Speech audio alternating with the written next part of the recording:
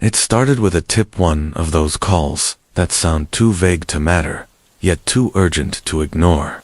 The voice on the other end was shaky, almost whispered, like someone trying not to be heard. "Father Michael, you need to go to St. Augustine's Monastery. Something's wrong there. Please, before it's too late." I had been a priest for over 20 years, stationed in the quiet outskirts of New England. Normally, my work consisted of routine confessions, community support, and the occasional exorcism in nursing homes or private homes. But there was something in that voice, desperate, terrified, that made my hands shake as I hung up the phone. I called Father Daniel, my colleague and longtime friend, and explained. Without hesitation, he agreed to meet me at the site. Alongside him was Sister Abigail, a nun whose reputation for spiritual sensitivity bordered on legendary.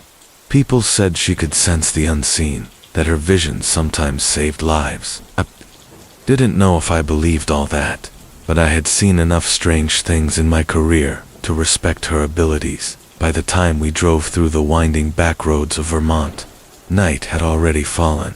The forest loomed on either side, its skeletal, trees whispering in the wind. The air was thick, heavy, almost tangible, carrying the scent of decay and damp earth. And then we saw it, St. Augustine's Monastery. The building sat at the top of a hill, shrouded in fog that rolled like a living thing across the grounds. The stone walls were cracked and weathered, ivy crawling up like grasping fingers. Windows were dark, some shattered, and the heavy wooden doors seemed older than time itself. No lights, no movement, yet something felt alive inside. I stepped out of the car, flashlight in hand. The beam cut through the mist, illuminating the moss-covered steps leading to the entrance. Sister Abigail's eyes were wide, her breath coming in shallow gasps. "It's worse than I imagined," she whispered. "The darkness, it's here, it's waiting." Father Daniel and I exchanged a glance. I wanted to laugh it off, too, call it nerves, but then I felt it too. A coldness that wasn't from the night air, crawling over my skin, sinking into my bones. The door creaked as we pushed it open. The smell hit first, something rotting, metallic, like old blood mixed with dust and mold. Shadows danced along the stone walls as our flashlights flickered. At the center of the foyer was a staircase leading down into the monastery's basement, and at the base, standing perfectly still, was a figure, a nun, her habit dirty and torn, face obscured by shadow. I froze. She wasn't breathing. She didn't move. Yet I felt her eyes on me, and they burned. Sister Abigail whispered a prayer, stepping closer, her hand trembling as she reached for my arm. "Father, something is very wrong here. We shouldn't be alone." Before I could respond, the figure shifted. Slowly, deliberately. A chill ran down my spine as she lifted her head. Her eyes were black, endless, empty yet filled with hate. And then she smiled. A low guttural laugh echoed through the halls, bouncing off the stone walls, surrounding us. The air thickened, and suddenly, the basement doors slammed shut behind us, cutting off the only exit. We were trapped, and from the darkness, something whispered our names. The air inside St. Augustine's Monastery felt heavier than the night itself. Every breath we took seemed to hang, thick and suffocating, as though the darkness was pressing against our lungs. Father Daniel tried to steady his nerves, murmuring a quiet prayer, but even his deep voice sounded hollow in the cavernous hall. Sister Abigail gripped my arm tightly. Her eyes darted around the room, wide and fearful. "It's not just her," she whispered. "There's something else, watching us, waiting." I scanned the foyer with my flashlight, its beam trembling slightly. In my hand, the figure had disappeared. The faint echo of her laugh lingered, bouncing off the stone walls like a living thing. "Let's move," I said, forcing my voice to sound calm. "We need to find the basement. Maybe there's something there, some clue as to what's going on." The staircase creaked under our weight as we descended. The further down we went, the colder it became. The air smelled worse, like a mixture of rot, iron, and something I couldn't identify. My throat tightened. My flashlight flickered. "Do you feel that?" Sister Abigail whispered. "It's like someone is breathing behind me, but no one is there." A sudden noise made me spin around. A heavy thud echoed from the darkness behind us, followed by the sound of dragging. Father Daniel shone his light toward the stairs, but all we could see was black. "Stay close," I ordered. "Whatever it is, it's not alone." As we moved deeper into the basement, we found ourselves in a long corridor, lined with broken pews, overturned chairs, and shattered statues of saints. Faded murals of angels looked down upon us with cracked, staring faces. It was silent, too silent then. The whispers began, at first, faint and almost imperceptible, like the rustling of wind through dead leaves. Then, louder, insistent, voices calling our names. Michael, Daniel, Abigail. The sound seemed to come from all directions, surrounding us. Sister Abigail pressed herself against the wall, tears welling in her eyes. "It's them, the souls. They're trapped, angry, they're warning us." A cold gust swept through the corridor, extinguishing our flashlights.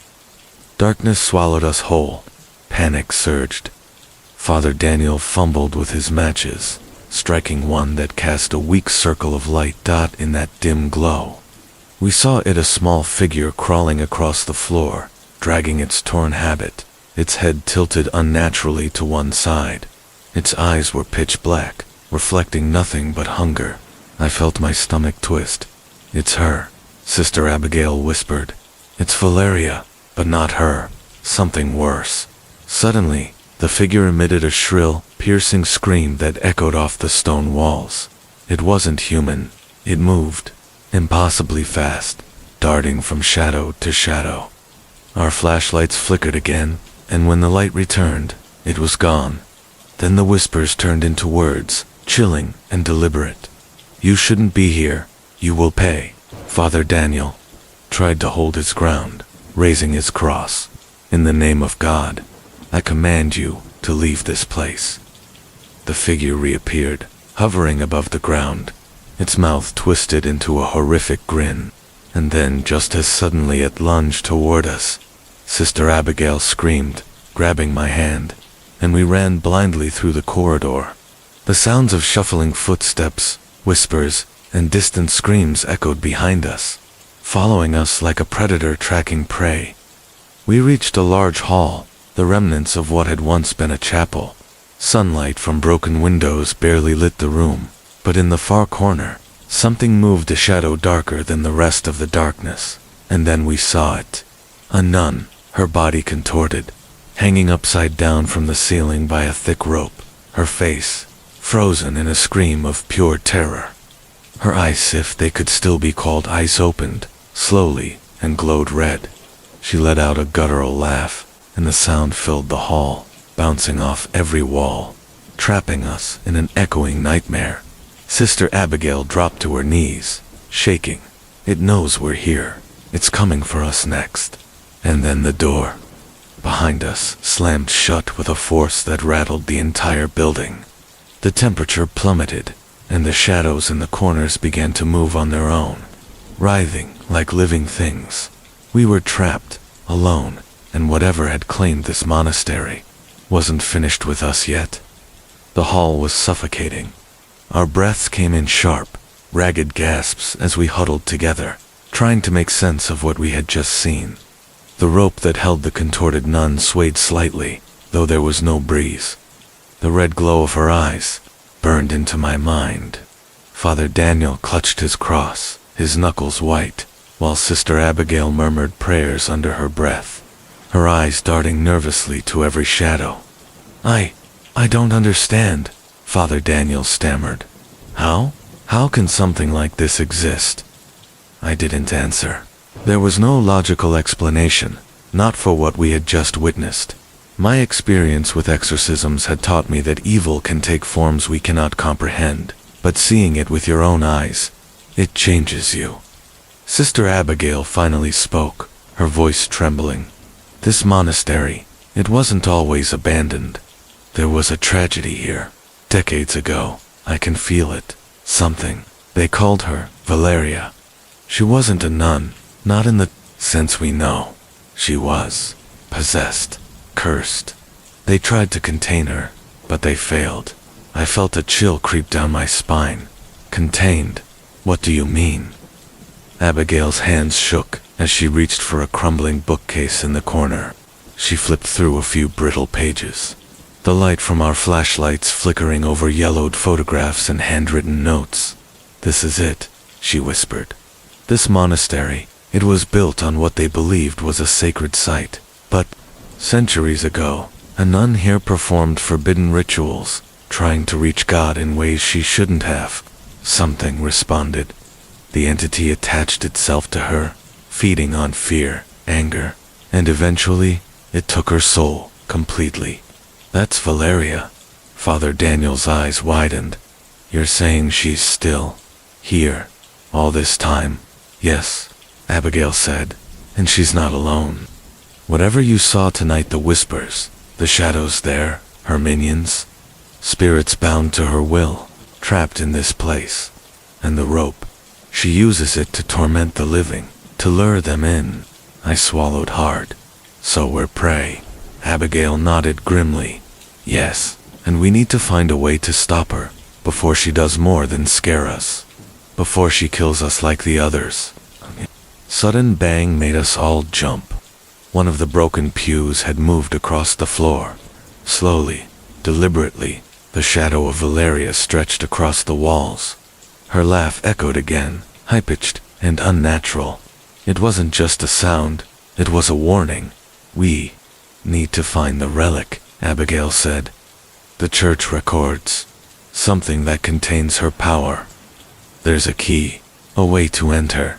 I shook my head. Do you even know where to start? She hesitated, her lips pressed together.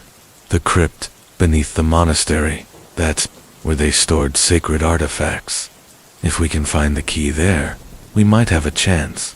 But it won't be easy. She'll try to stop us. Everything here is under her control. The floorboards creaked above us suddenly. Footsteps. Slow. Deliberate. Something heavy was moving toward the hall. We froze, hearts hammering. And then we saw them figures emerging from the shadows. Not fully human, not fully spirit. Twisted shapes with pale, hollow faces. They surrounded us, inching closer.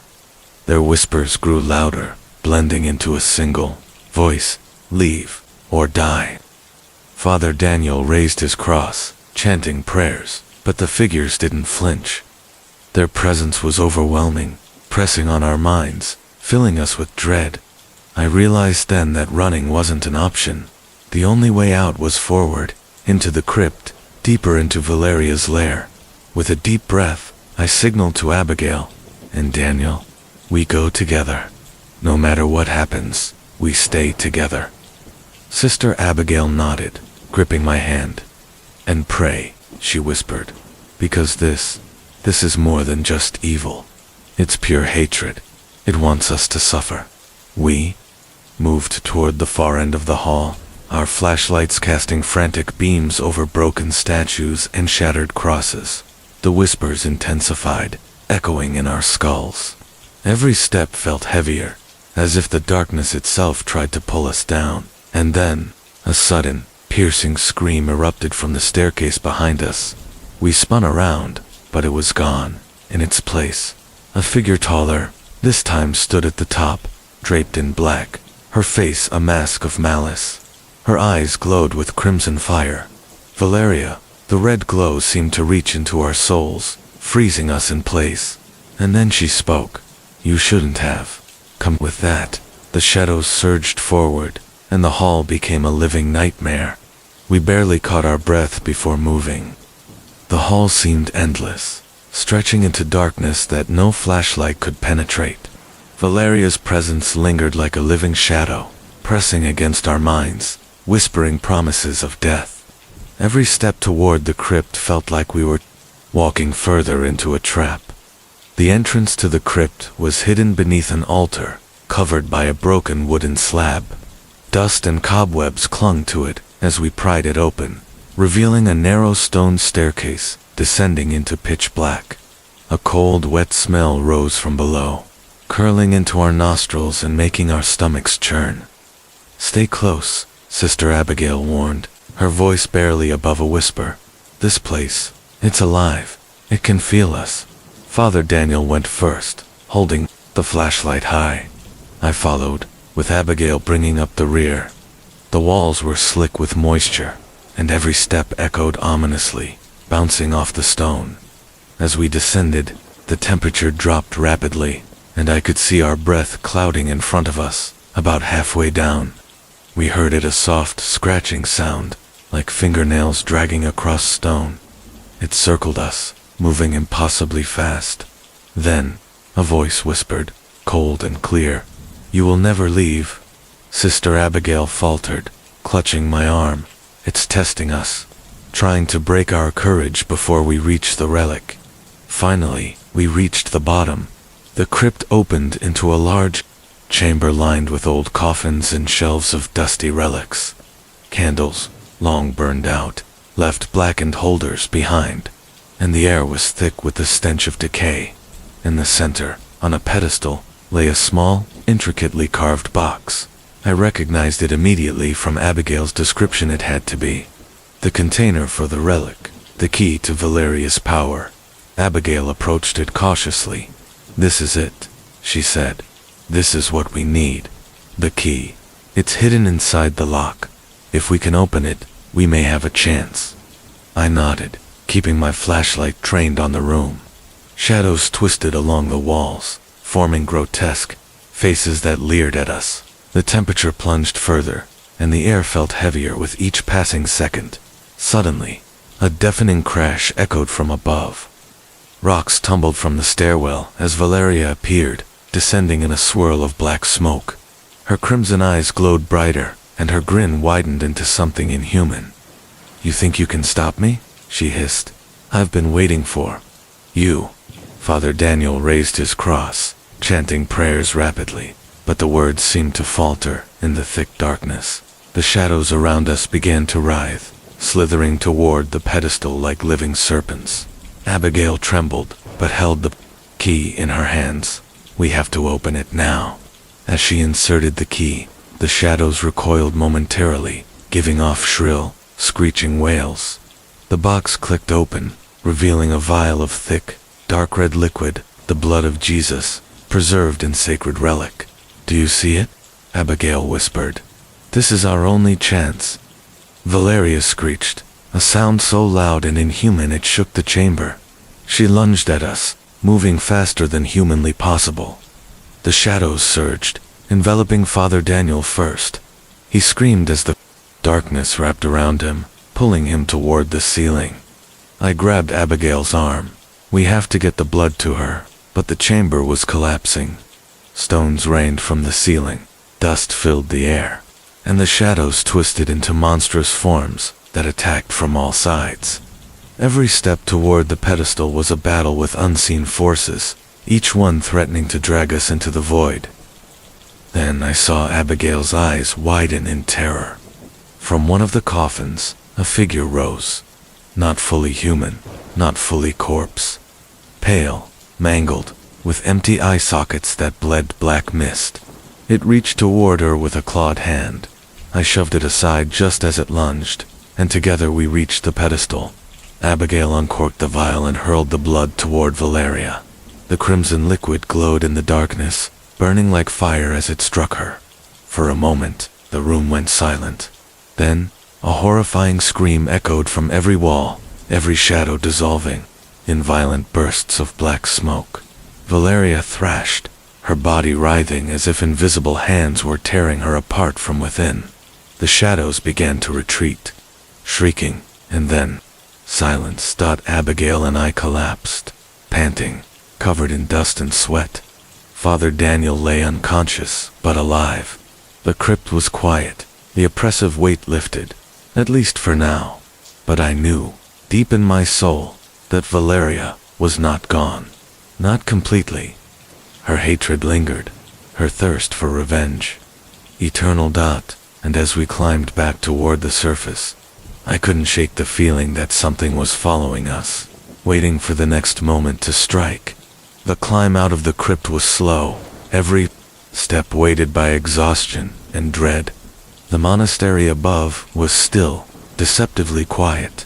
The oppressive darkness that had chased us below seemed to linger in every corner, in every whisper of the wind through broken windows. Father Daniel stirred, groaning as he opened his eyes. "Are we safe?" he asked weakly. I shook my head. "Safe? Nothing here is safe. Not yet." Sister Abigail guided us into a side chamber, an old library that had somehow survived decades of neglect. Shelves sagged under the weight of rotting books and faded manuscripts. Dust hung in the air, thick enough to taste. Abigail's eyes scanned the room, sharp and determined. "We need answers," she said. "This monastery, it's a nexus for something older, darker than any of us can imagine." Valeria didn't appear out of nowhere. Someone or something brought her here. I felt a chill run through me. "You mean, this place was cursed from the beginning?" "Yes," Abigail said. "Long before the nuns, before the church, before the first stones were laid. There were rituals here, dark ceremonies meant to summon forces beyond our understanding.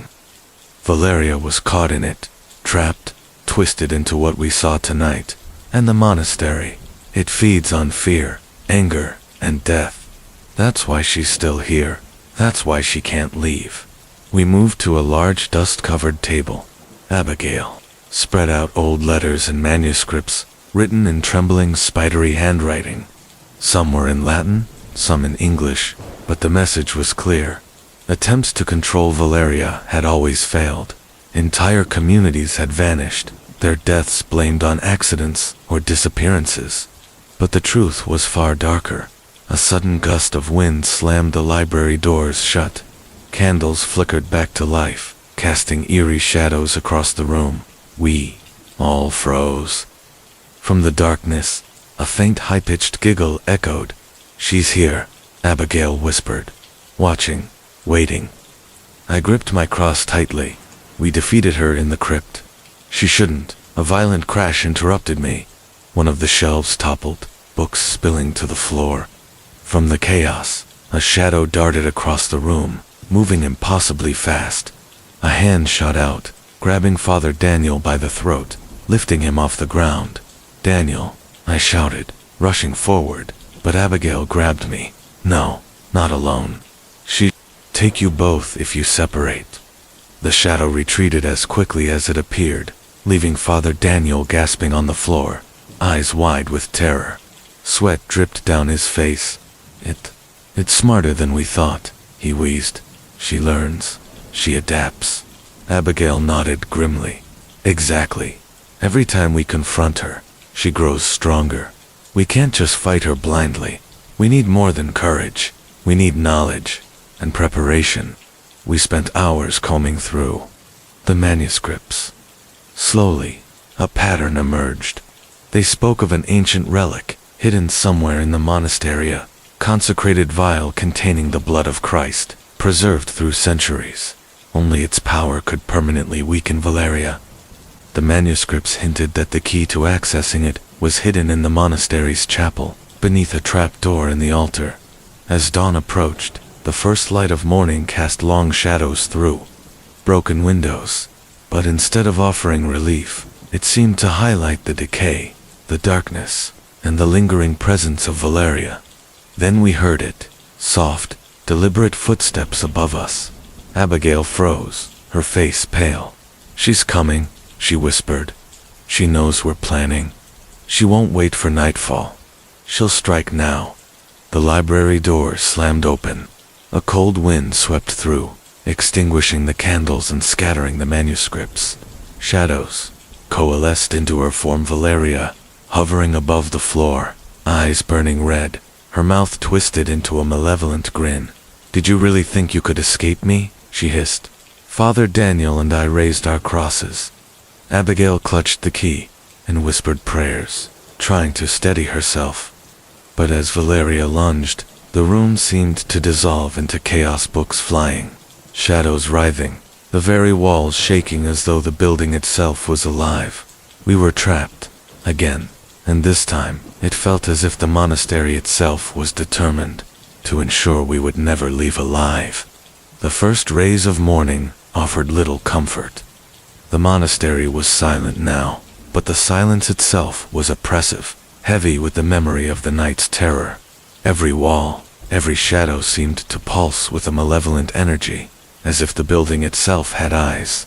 Abigail, Father Daniel, and I moved cautiously toward the chapel, the sound of our footsteps swallowed by the thick, cold air. The altar stood, at the far end, a relic of its former sacredness, covered in dust and decay.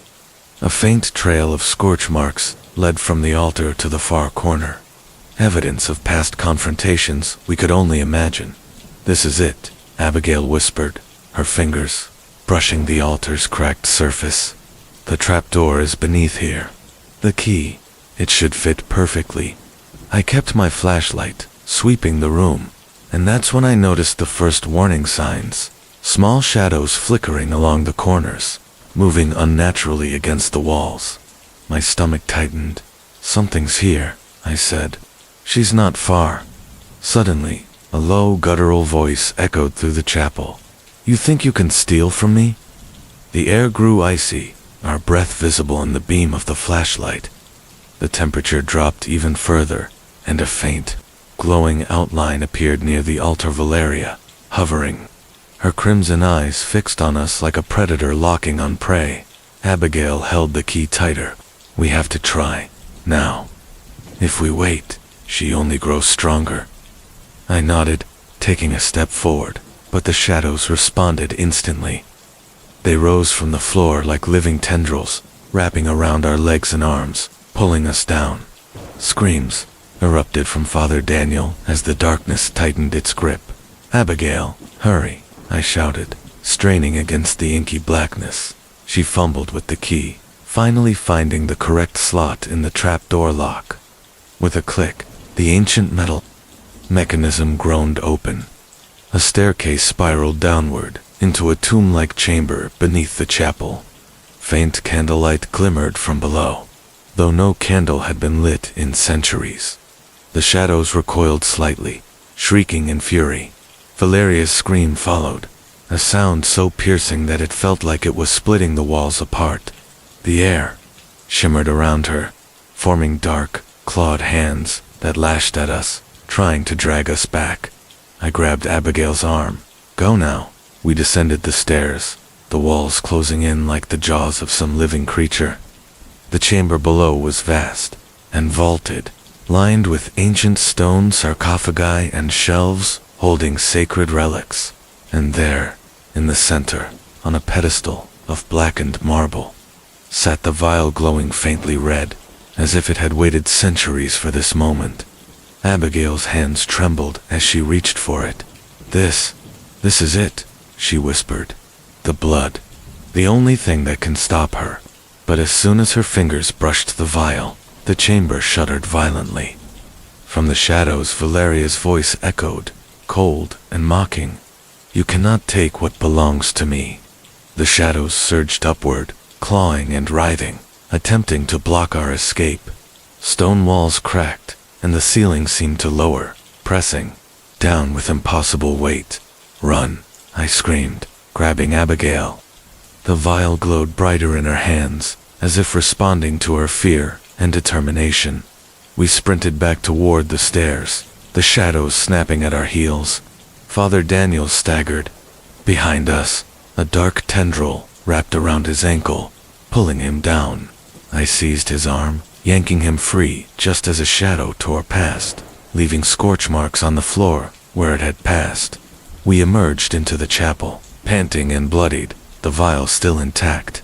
Valeria hovered above, her eyes glowing brighter than ever, her grin widening into a terrifying mask of rage.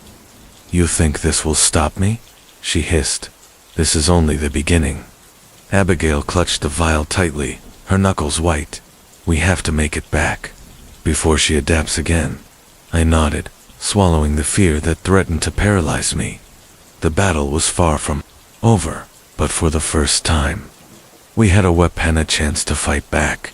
But as we fled through the monastery, the walls seemed to twist and shift, corridors stretching farther than they should, doors disappearing and reappearing, always keeping Valeria between us and freedom. And somewhere in the shadows, her laughter followed us, a promise that she would not rest until we were broken or dead.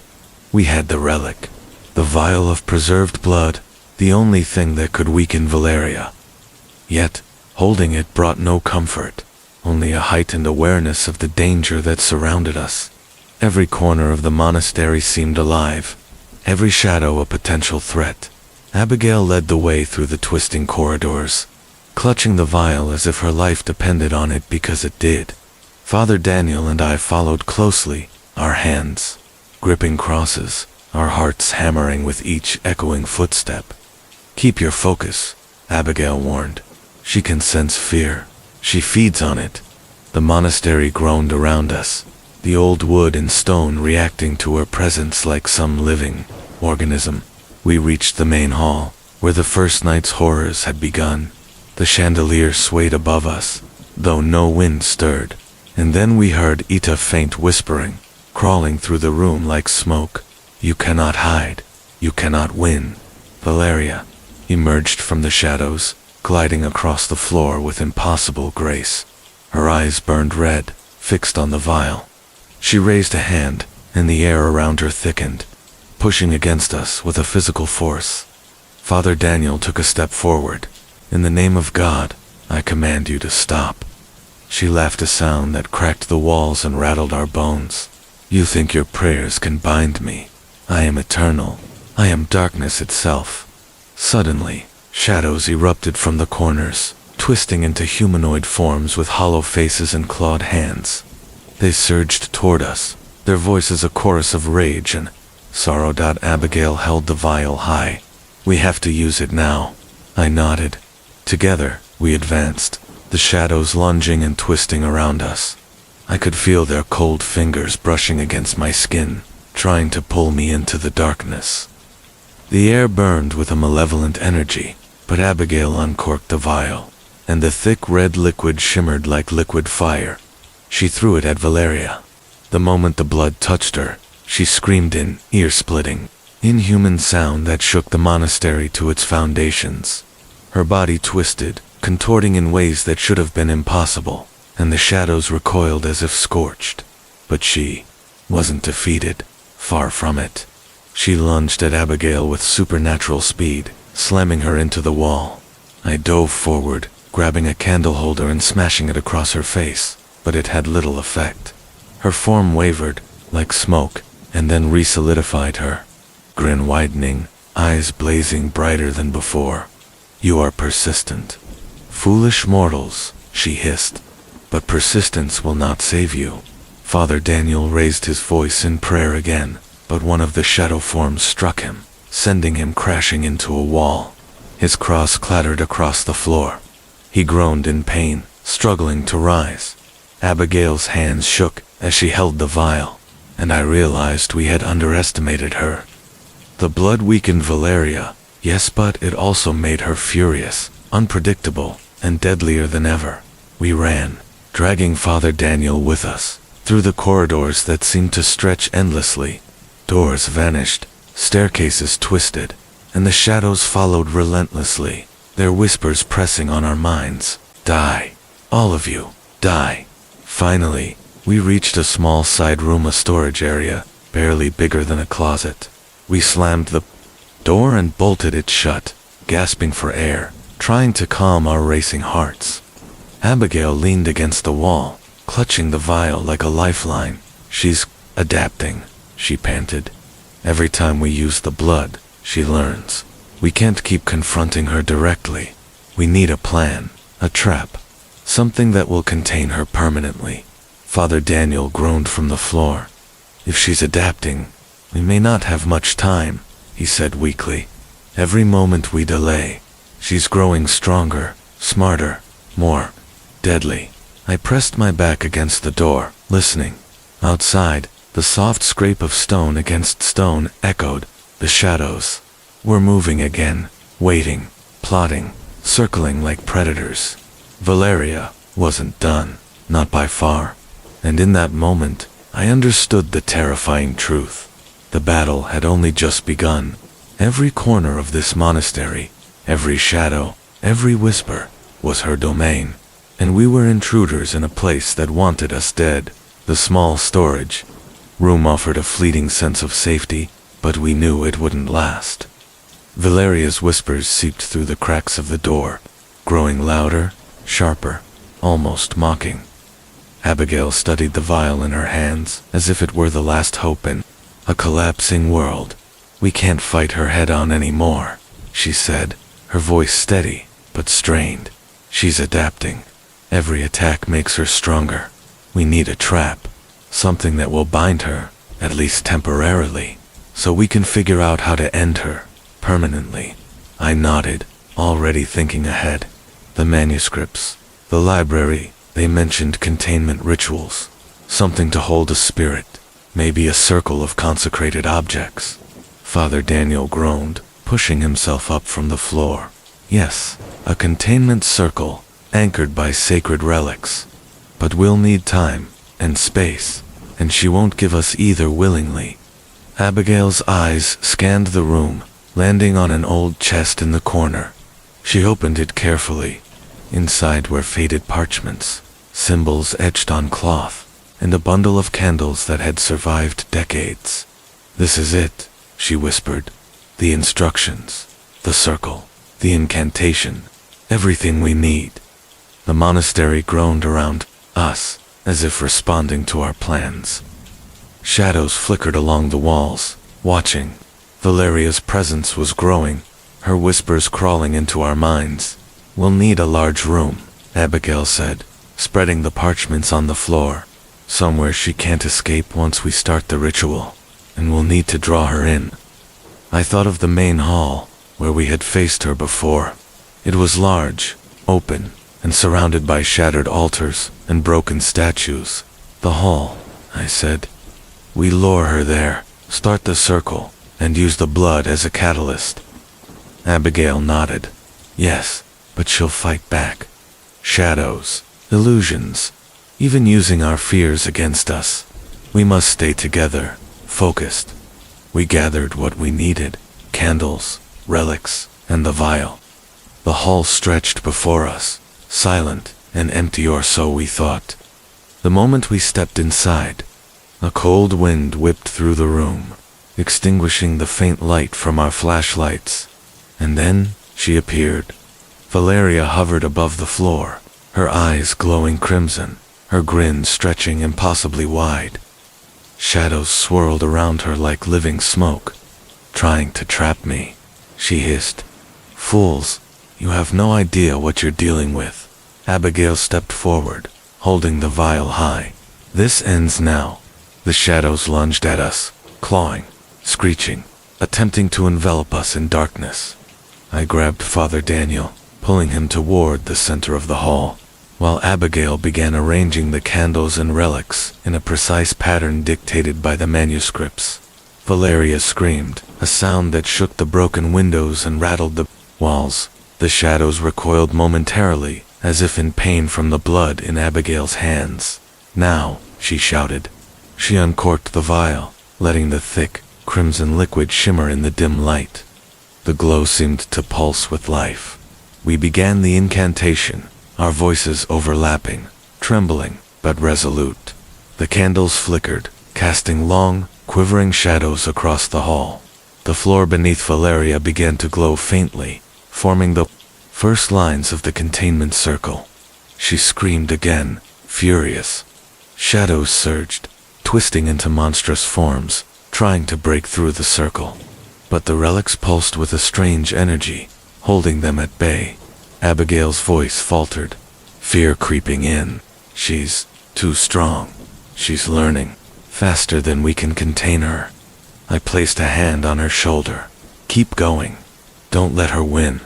The shadows thrashed violently, the hall shaking, dust and debris raining down. Valeria hovered above the circle, her form twisting and distorting, yet she couldn't touch us. Not yet. And then, just as the incantation reached its peak, something moved behind us. The door slammed open with a deafening crash. A figure appeared as shadow. We didn't expect one of the spirits Valeria had bound to her will. It lunged at us. Chaos erupted. Candles toppled. Relics slid across the floor. The circle wavered, flickering like a heartbeat on the verge of stopping. Valeria screamed, a sound that pierced our minds. Abigail shouted, raising the vial. The crimson liquid glowed, illuminating the hall. Now, focus. Channel everything through the circle. The shadows shrieked, lashing, twisting, fighting for freedom. Valeria's form convulsed, her scream rising into a high-pitched wail, and then a sudden silence. The circle held. The shadows shrank back into the corners. Valeria hovered, suspended, her body writhing as though trapped in invisible chains. Her eyes burned with fury, but she could not move. For the first time, we had her contained, but I knew, in my gut, it was temporary. Valeria's hatred, her cunning, her endless malice, would find a way back. And as we caught our breath, the monastery groaned once more, reminding us that this fight was far from over. The containment circle held, but the air in the hall was thick with tension. Every shadow quivered, every sound amplified. Valeria hovered in the center, trapped but seething, her crimson eyes following our every move. The shrill echoes of her fury seemed to vibrate through the walls. Abigail lowered the vial slightly, her hands trembling. We've bought ourselves time, but not much. She's still powerful. If we make a mistake, even the smallest one, she'll break free. Father Daniel wiped sweat from his brow. We need to figure out how to end her permanently. Temporary containment isn't enough. Not with what we've seen. I nodded, thinking back to the manuscripts in the library. There had been cryptic notes about a final sealing, an ancient ritual requiring more than just the blood. Something had been hidden, deliberately kept from those who dared to confront her. Abigail's eyes lit up as she spoke. There's mention of a relic, a consecrated object, older than this monastery itself. Something powerful enough to bind or destroy a spirit like Valeria completely. The manuscripts call it the Crucible of Sanctity. I frowned. Where is it? She shook her head. No one knows. It was hidden long ago, possibly beneath the oldest part of the monastery, the original foundation. If we can find it and use it with the blood, we might finally end her. We started moving through the hall, toward the monastery's oldest wing, careful not to break the circle. But Valeria was already testing us. Shadows snaked from the corners, stretching beyond the circle, clawing at us with invisible hands. Every brush sent chills down our spines, whispers of our deepest fears echoing in our minds. You will die. You cannot save yourselves. You are nothing. Abigail's voice wavered. She's probing us, finding our weaknesses. We can't let her break our focus. We reached the foundation wing, a labyrinth of stone corridors, each darker than the last. Here, the air was colder, heavier, almost alive with malevolence. The relic's location had to be here, somewhere beneath centuries of stone and shadow, and then we saw an ancient door, half buried in rubble, etched with runes that pulsed faintly red. The symbols matched those in Abigail's manuscripts. This is it, she whispered. The crucible is behind this door, but it's protected. Valeria has bound it with her essence. Before we could act, the shadows surged violently. The circle in the main hall was no longer perfect. Valeria's influence seeped through. Whispers filled our ears, making it almost impossible to think. My chest tightened. Panic clawed at my mind. Abigail clenched the vial. We have to push through. Focus. We can't fail now. With Father Daniel's strength and my own resolve, we forced open the door, revealing a hidden chamber beneath the monastery's foundation. The room was circular, lined with carved stone, depicting angels and demons locked in eternal battle. At its center rested a pedestal, and upon it, the crucible of sanctity. It was a small, intricately carved vessel, faintly glowing as if alive, sealed with an aura of divine energy. The blood would need to be combined with it to work, and the ritual would have to be performed perfectly. But, as Abigail stepped forward to retrieve it, the shadows erupted again. Valeria's form materialized behind them, more furious than ever, her eyes burning with hatred. "You think you can take my power from me?" she screamed. "I am eternal." The shadows coiled around us, clawing, striking, testing our limits. One lash caught Father Daniel, throwing him against the wall. Abigail stumbled, clutching the crucible, her hands slick with sweat. I realized then the truth. The crucible could end her, but only if we survived the next minutes. Valeria would fight with everything she had, attacking not just our bodies, but our minds, our very souls. Abigail raised the crucible. "We can do this. Together. Focus on the ritual. Ignore her." The shadows thrashed violently, the walls trembling. Valeria screamed, a sound that split the air, her form convulsing as she tried to break free from the circle's influence. The crucible glowed brighter, resonating with the blood in Abigail's hands. I could feel the energy thrumming through the room, almost unbearable in its intensity. Every instinct told me to run, but I knew we had to stand firm. And as the ritual began, I understood. This was the final fight.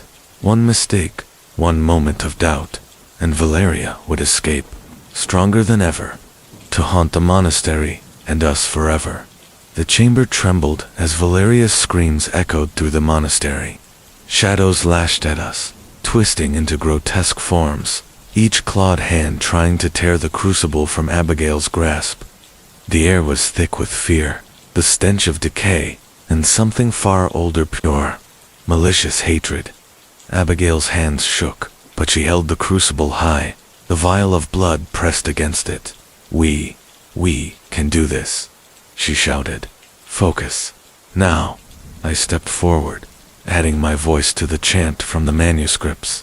Father Daniel, though bruised and battered, joined us, his faith unwavering. The ritual demanded concentration, unity, and courage. Any lapse and Valeria would shatter the circle, escape, and consume us all.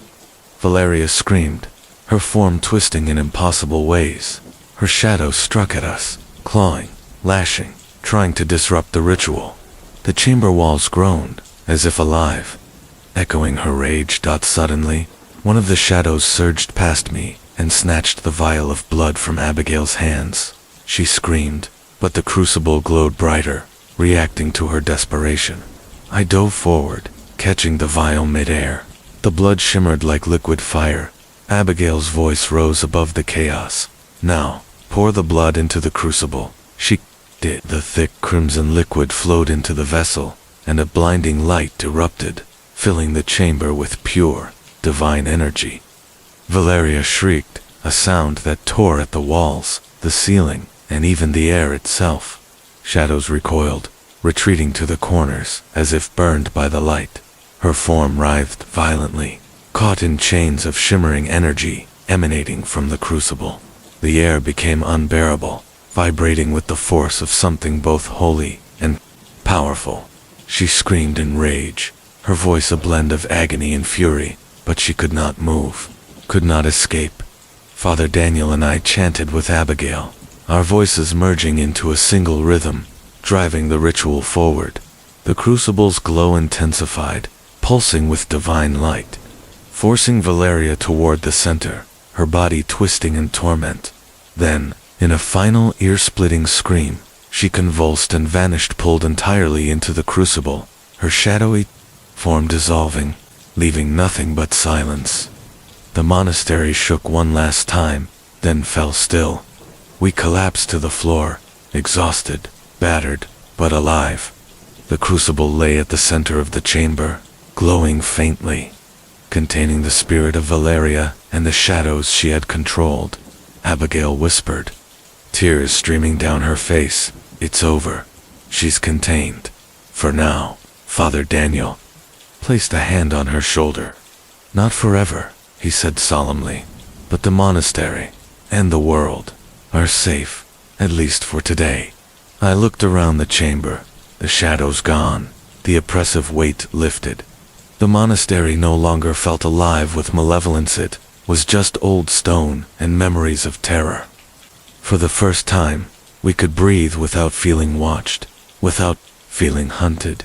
Abigail carefully sealed the crucible, wrapping it in protective cloth and chanting prayers. It will need to be hidden, protected.